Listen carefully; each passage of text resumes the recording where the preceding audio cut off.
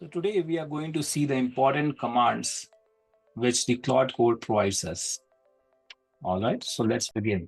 And these are some of the most important commands that any developer should know on a day-to-day basis while interacting with Claude Code. All right, so these are some of the commands which are like must knows. And let's see what these commands mean and what they actually do. We have the init command, which is the most important command. It creates a Claude.md file, that means kind of a README file. We use this to tell Claude, like for example, I'm building a Flutter app. So here in this case, I have also added a query, like what actually I've actually given inside the Claude.md file is a statement like I'm building a Flutter app using block. Okay, so Flutter obviously it is actually mobile application development framework. So I'm just clarifying the context here to Claude Code that I'm trying to build a Flutter app using block concept, block state management. All right.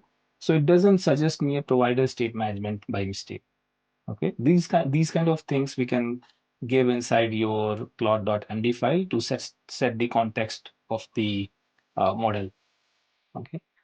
Then we have the help command, which displays every available command if you get stuck. We have the model command, which switches between models. Example, Sonnet for speed, Opus for complex logic. And then we have the clear command that wipes the chat history.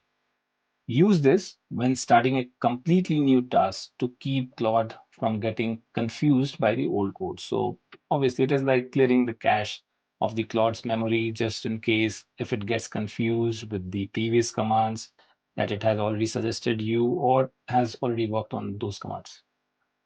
Okay. So these are some of the important must-knows commands that you should be acquainted with. However, you should never memorize any of the concepts that we are uh, reading here because I'm going to show the real world live examples also. And if you do not understand a certain concept, just go back to that particular certain video and try to understand that concept by going to the video lecture again instead of memorizing those things or trying to instead of trying to learn, don't try to memorize it. Okay, I think I said it in the right way, right? So never try to buy hard the things. Yeah, that's the word that I was looking for. Never buy hard these concepts. Just try to feel them. Try to uh, actually get your hands dirty with all of these commands or all these concepts, and then you will feel uh, yourself in a much more better place. Then we have some pro workflow commands as well, like we have the review command, which is like asking the Claude to review the files it just changed before you make commits to the Git. Okay, so it is kind of a review, uh, reviewing your logic.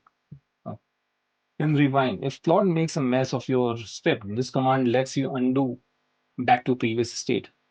Okay, and then we have the compact command, where if the conversation gets too long, this command especially shrinks or breaks your uh, history down. Like so, it actually shrinks the history to save onto onto the tokens per cost while keeping the core logic.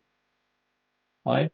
So these are some of the important pro commands that you can obviously try later on in your journey with Claude Code to see how it behaves and how it responds to your queries when asked.